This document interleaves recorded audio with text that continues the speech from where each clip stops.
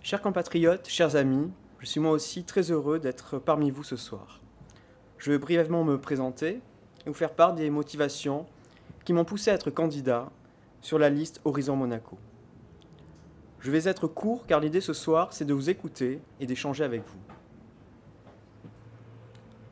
Crovetto, mais quel Crovetto? La question habituelle à Monaco. Donc mon père Jean-Pierre a notamment été chef de service des sports et donc a sévi pendant plusieurs années au stade nautique Régnier 3. Il a fait beaucoup de voile jusqu'aux Jeux Olympiques, moi aussi jusqu'aux Jeux interscolaires. Et ma mère Arlette a entre autres travaillé à la mairie de Monaco. Je n'ai jamais vraiment habité à la Condamine, mais mon père et mon grand-père Henri avaient un pointu de pêche et un garage sur le port. Et bien sûr, je fréquente avec assiduité le marché de la Place d'Armes. Je suis marié, heureux papa de 2 filles de 5 et 15 ans. Et comme l'a rappelé Laurent, je suis passionné depuis aussi longtemps que je m'en souvienne par l'économie.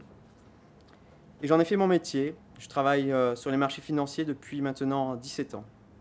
Dans des banques, des sociétés de gestion, au gouvernement, à Monaco bien sûr, mais également à Londres et au Luxembourg.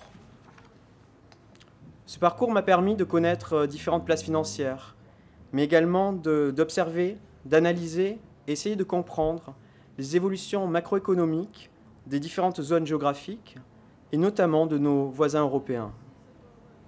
Mon métier de gérant de portefeuille et de fonds, ainsi que mon activité d'enseignant en finance à l'Université de Monaco, me rendent encore plus sensible aux problématiques et aux défis de Monaco face à la crise financière et économique qui sévit depuis plus de 5 ans.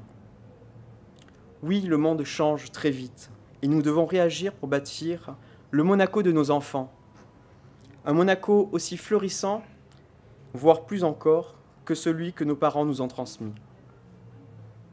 Notre modèle social doit être maintenu, nos spécificités doivent être conservées et nous devons même essayer de faire mieux. Mais encore faut-il en avoir les moyens. La bonne gestion des finances publiques doit être une priorité. Les investissements doivent être directement ou indirectement productifs. Une des raisons de la débâcle espagnole vient de la mauvaise utilisation de l'argent facile procuré par des taux bas après la mise en place de la zone euro et des dépenses non productives faites par la péninsule ibérique. Et nous devons bien évidemment veiller à la bonne gestion de notre fonds de réserve. Nous aurons l'occasion de revenir sur ce sujet, bien évidemment.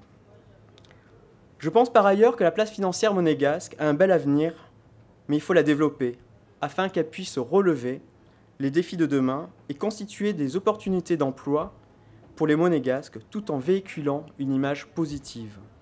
Nous devons être fiers de notre place financière et exporter notre savoir-faire en dehors de Monaco.